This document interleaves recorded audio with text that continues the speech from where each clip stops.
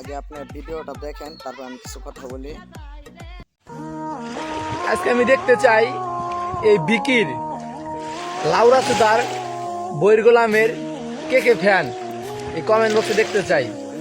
ঠিক আছে, আসলে এই বোকাচুদা যে এত বোকাচুদা, মানে ওর যে কন্টেন্ট যে তৈরি করে, মানে খাই তো গাঁজা গাঁজা খাই, কি বলে তার হুঁশ থাকে না তার, মানে মুখে যায় তাই বল।